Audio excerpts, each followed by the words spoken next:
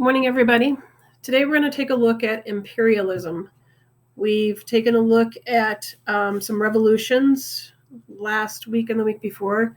You looked at revolutions in Latin American countries, the French Revolution, and revolutions in Haiti. But imperialism did not end at that point when these revolutions happened, and the American Revolution as well.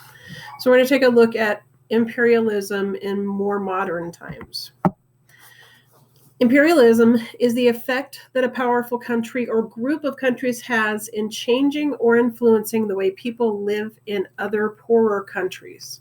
So it is influence over other countries that can be very direct or it can be indirect. Causes of this imperialism. Nationalism is a big cause of imperialism.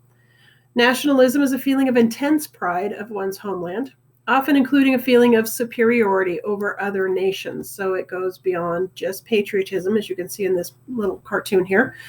Patriotism is, I'm going to work on my house because it's the best house, and I'm excited about making things better for my people. Nationalism is, my house is the best house because it's my house. We're better. And I may therefore go out and feel like I can exert some authority on others because I'm coming from the best place. The second cause is industrialism. So industrialism characteristics are economic growth, more efficient division of labor, and the use of technological innovation to solve problems as opposed to dependency on conditions outside human control. So technology grows. Labor is divided in ways that then we can have factories and we can have products being created more quickly. And if we're able to create products more quickly, then we need raw materials. We need the stuff to be able to make those products. Well, that can lead to imperialism. You'll see why in just a minute. So, larger, more powerful countries might go out and colonize other areas in order to get the raw materials that they need, because colonies equal profits. The Industrial Revolution inspired European countries to search for new places to colonize or take over, because colonies create new markets to sell their products. If we take over another area and say you can only buy from us, well, now we've got a new market to buy the things that we're making. And then we can also take all of the raw materials out of that area. And then there's also power and glory, which we see throughout history in this time period. So we're looking specifically in the 1800s into the early 1900s.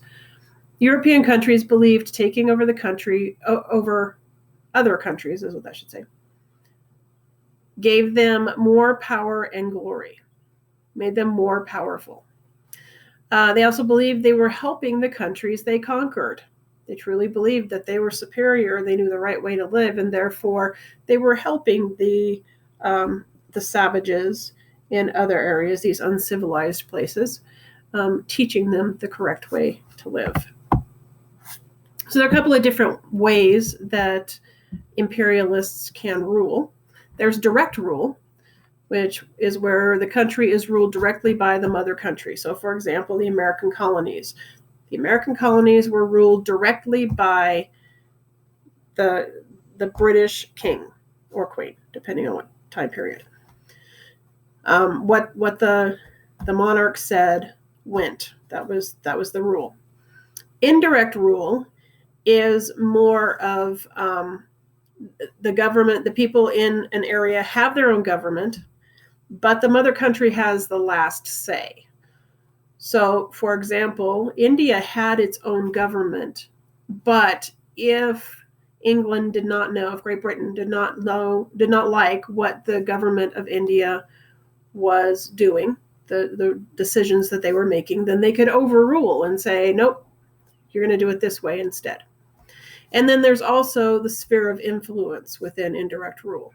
So the mother country is the only country allowed to trade with a particular colony.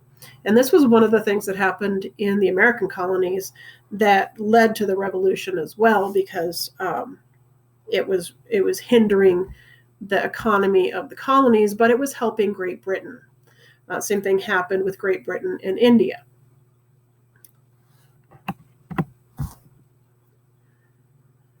So, why imperialism?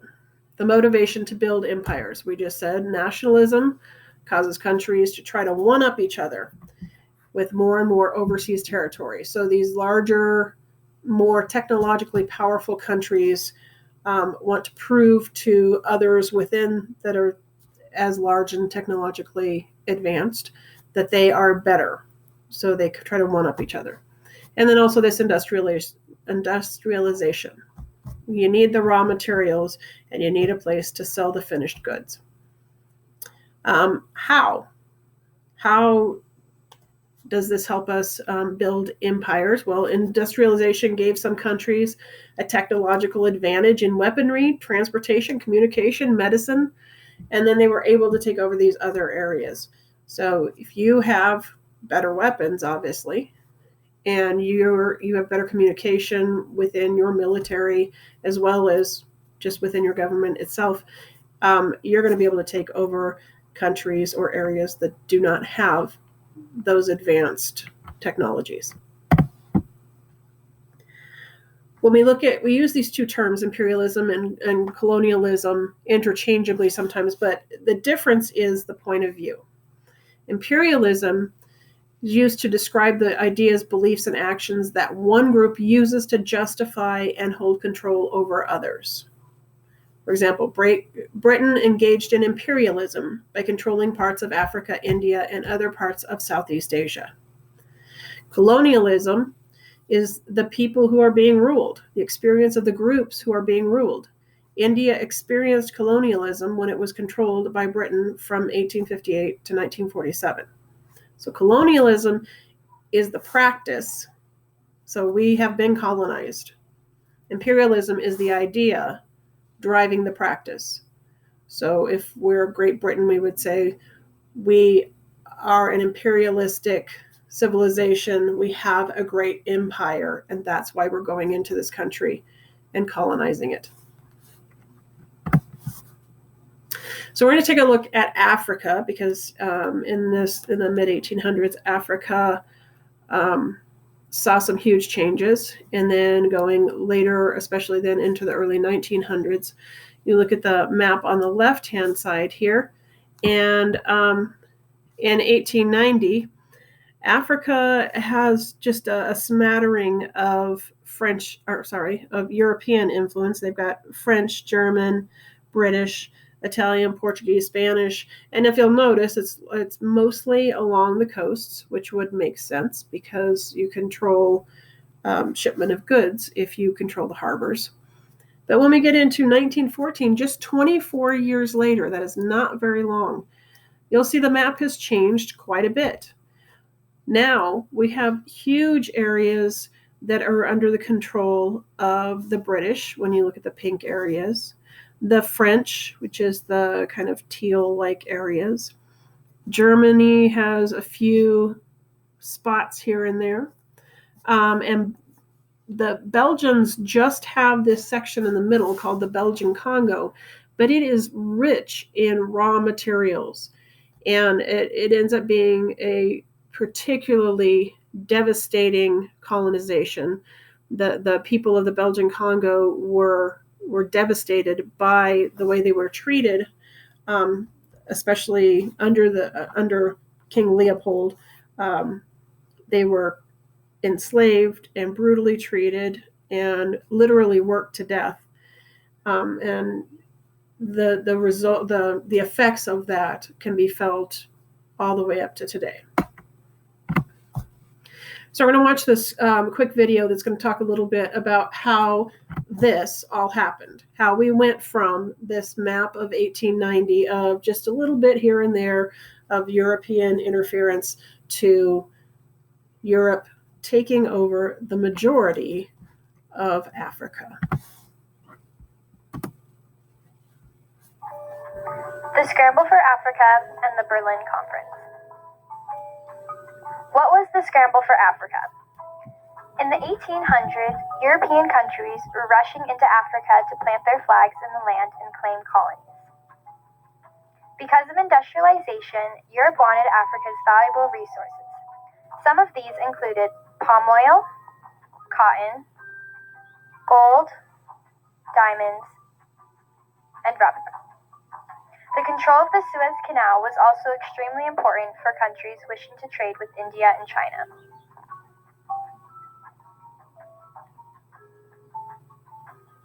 Overall, the Europeans thought the more colonies they had, the larger their military would be, making them a more powerful country.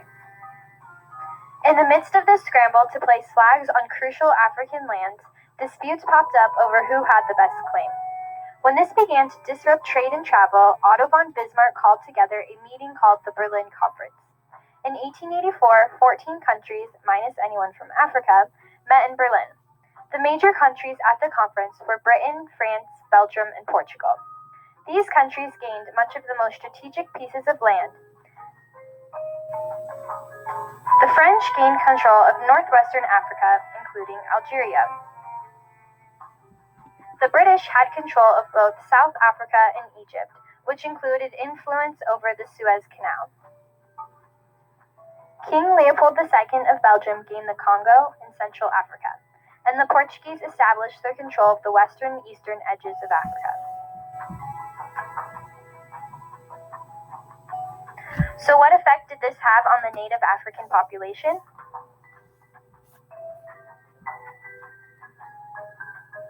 While Europe having their primary goal to be the end of slavery in Africa, their actions resulted in the increase in the women and children slaves. They also claimed to be the most civilized, but in reality they carried out horrible travesties in their colonies. In particular, in King Leopold II's Congo River Basin, over 5 million were murdered and hundreds had their hands chopped off. Europeans also arbitrarily drew boundaries without any regard for the local people groups. It was common for the controlling European power to exploit any existing animosity between people groups in order to keep the population divided and weak. This led to countless disputes, civil wars, and even genocides. You might recall the recent stories of thousands upon thousands murdered in the Sudanese Civil War and the ongoing conflict between the Hutus and Tutsis in the Darfur massacre. The Industrial Revolution in Europe pushed countries to acquire colonies which could supply raw materials while at the same time becoming a captured market to sell their manufactured goods. This rush for colonies, aka the Scramble for Africa, led to the drawing of arbitrary boundary lines, resulting in tragic unintended consequences that are still affecting Africa today.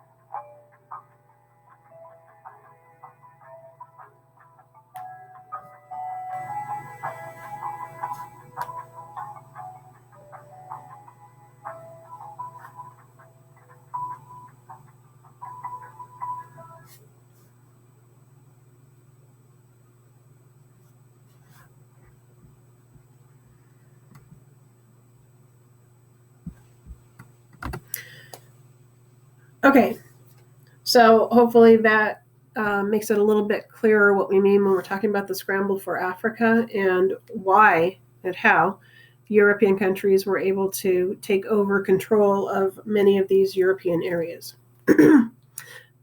This quote here kind of helps sum things up as well. In 1880, the enormous continent of Africa was still mostly made up of independent states and societies. By 1914, Ethiopia and Liberia were the only two independent states left. The rest of the continent was colonized, divided between Britain, France, Germany, Portugal, Italy, Belgium, and Spain. If you remember when we were working on our big maps, all of those countries, the ones that I just listed, are fairly small area-wise. So that helps you kind of understand why they would want to go out and find areas to colonize, because they had already used up the raw materials, lumber being the first raw material that was used up in most of those areas. they'd use up so many of their raw materials, and there was nowhere to expand to because all of those areas are already settled. So you either go fight against other countries that are equally matched to you, or you move in and colonize areas that do not have the technology to be able to keep you out. And that's what ended up happening with Africa. So why Africa? Well, it's close to Europe, and Europe valued African trade. They had a long history trading in Africa.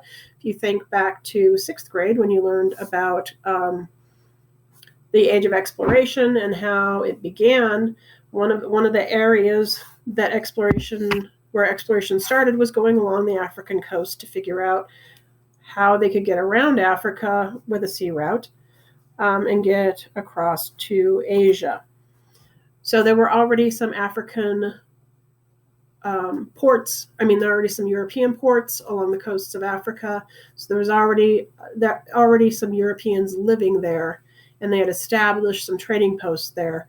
And then as soon as people started exploring Africa a little bit more, people from Europe started exploring Africa a little bit more and realizing how rich Africa was in raw materials, then that's when it kind of all exploded. So European motives for colonization, there were many.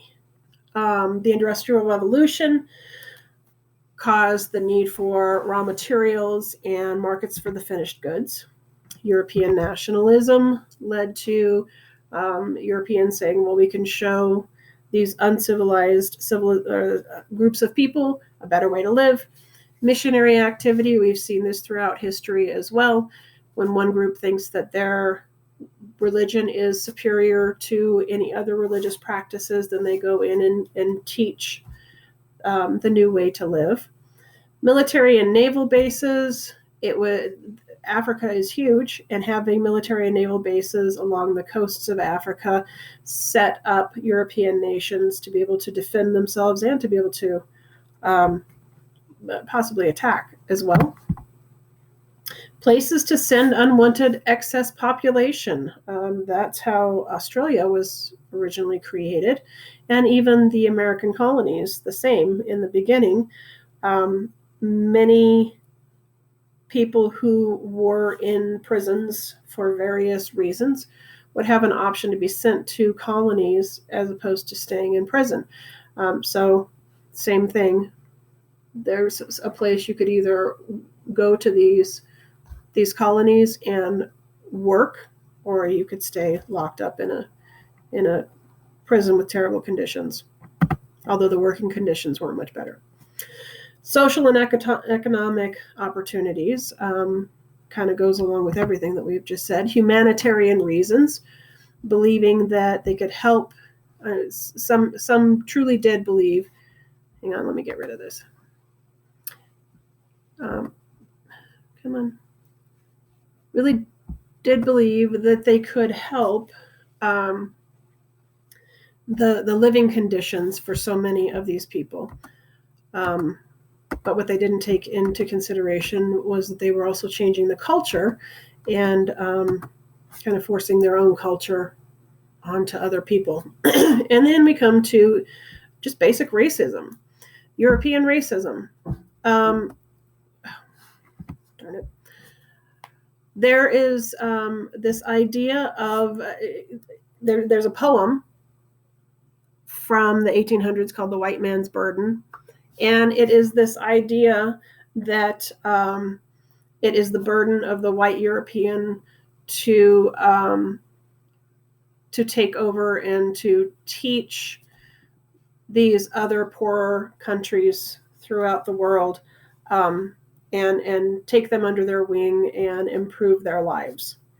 And then also going along with this is social Darwinism, which is the idea of survival of the fittest, which was an idea that Darwin created from a biological perspective, looking at evolution over hundreds and thousands of years, and was not really meant to be used as also looking at social survival of the fittest.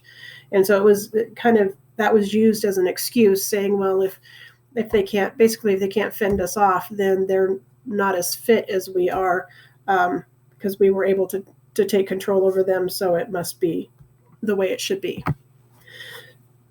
So here's how Africa was split up between 1885 and 1914. We saw this picture earlier on.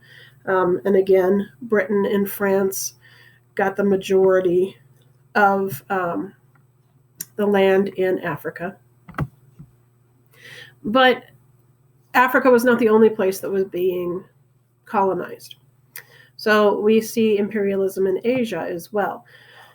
China, Mongolia, Tibet, some of those areas were able to stay independent at this time, but many of the smaller areas were taken over, were colonized by various forces.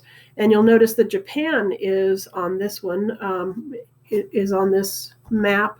Japan was not really a part of the scramble for Africa, but they were definitely colonizing areas closer to their mother country. And then we have the Netherlands also colonizing here a little bit. And you'll notice that the United States is on this map. The U.S. Had colonies in the Philippines. And we have territories today, actually. Guam is a United States territory. And it would be more of under the indirect type of rule than the direct rule. Puerto Rico is also an American United States territory. So what was it like to be in these colonies, these African and Asian colonies? Well, the colonists were subjects with limited political rights. They weren't citizens. They didn't have many rights at all. Colonialism implied that those who lived in the imperializing nation were better than the colonial subjects. So if I lived in England, then I was somehow superior to somebody living in India that was a subject of the British king, but just in a colony. So I would not be considered truly part of the country. This view was nearly always based on racism. Those living in the colonies obviously did not simply accept this treatment, but resistance was often a slow and challenging process. They didn't have the technology, the communication, the types of weapons and infrastructure to be able to fight back against these more powerful countries that did have more modern technology. So the legacy of imperialism lasts today, even though there are few colonies left today. Most of these colonies have regained their independence. We still see the effects. Former colonies are often more likely to suffer from poverty still today. And racism and the perceived superiority of industrialized nations still exists today. So if you look at this map, and I'll show you a bigger version of it, this is showing the gross domestic product, which is a way of looking at the wealth of a country. And this is looking at 2017, so only 3 years ago. And you'll notice that Africa and the parts of Asia that had been colonized are today very lightly colored. They're the lighter colors, which the lighter the color, you can see in the key, means the less they are producing, and therefore the less wealth within the nation. So even today, even though those areas have regained their independence, they are still suffering economically because of what happened during those times when they were colonized. Another effect that they mentioned in the Scramble for Africa, the little video that you watched, is also that when the borders were drawn, creating these colonies, these borders were decided by all of these groups of people. And you'll notice that none of these groups of people are actually from Africa. So there were cultural groups and social groups and peoples who had lived together for hundreds or more of years that were split into different colonies. And there were groups of people who did not historically get along well together, who were thrown into the same colony by the borders, and forced to follow the same rules under the colonial government, and created a lot of tensions and a lot of unrest. And when independence then was gained by many of these countries, then we ended up seeing a lot of violence within each of these countries, or many of these countries, trying to decide who's in power. And we still see that today. That's a big reason why there is so much infighting within countries in Africa, because of the way they were kind of thrown together, and then their independence was also very abrupt and not very structured. And then various groups within the countries are trying to figure out who's going to be in control of these regions. And it still affects those areas today.